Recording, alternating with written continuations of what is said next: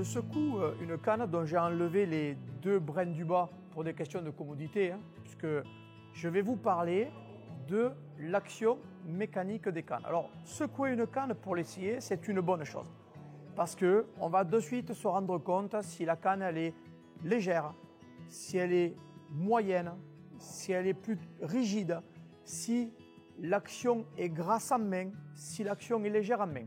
Mais comment ça fonctionne mécaniquement pour que la canne ait ses réactions?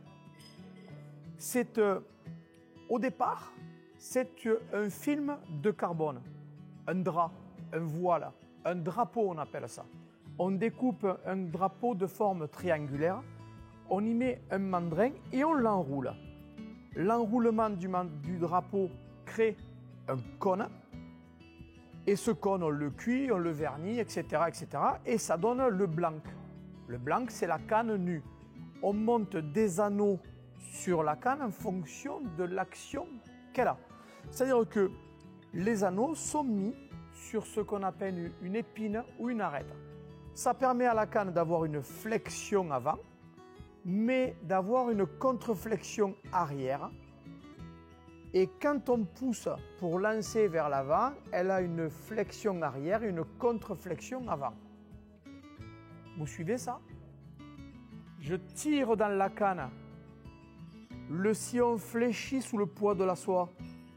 Quand je bloque, le sillon défléchit et restitue l'énergie de cette déflexion dans la soie qui s'envole vers le ciel derrière nous.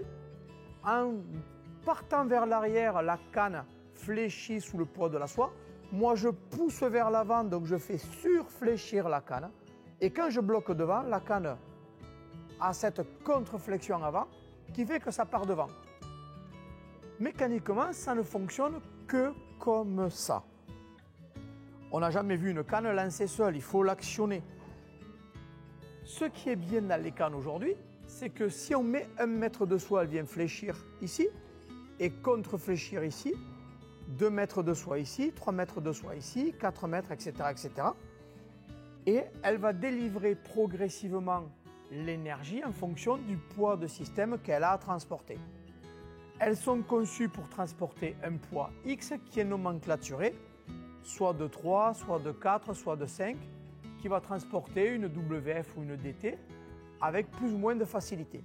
Mais ce qui va m'intéresser précisément, c'est quoi dans cette flexion et cette contreflexion? Quand je pêche en nymphe, j'aime des cannes qui ont des contreflexions avant nettes, rapides, efficaces pour pouvoir propulser des nymphes les plus petites, les plus légères possibles, le plus loin possible sans forcer. Mais par contre en nymphe, comme on est obligé de pêcher avec des petites nymphes, il faut pêcher avec du fil fait.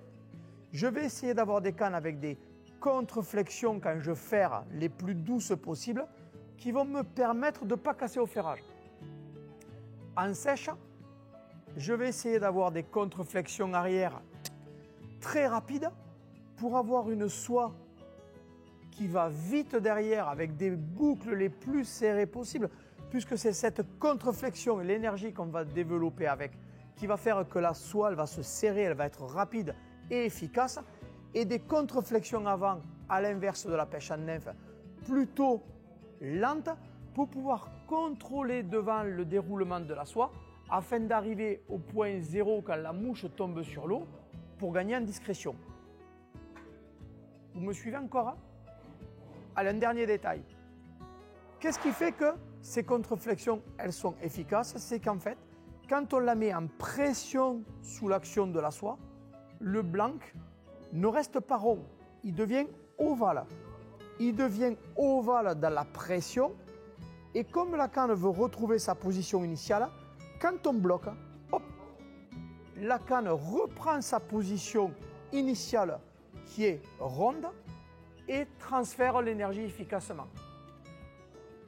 Vous m'avez suivi sur ce fonctionnement mécanique? Alors, moi je continue à faire ça quand je teste une canne, mais je fais aussi dans l'autre sens pour voir si les contreflexions sont celles que j'attends d'une canne.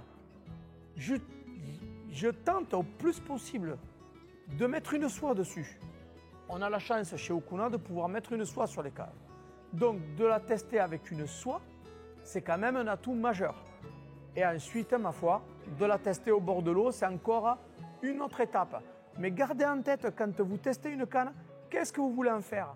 Je veux avoir une canne rapide, une canne lente, pourquoi faire?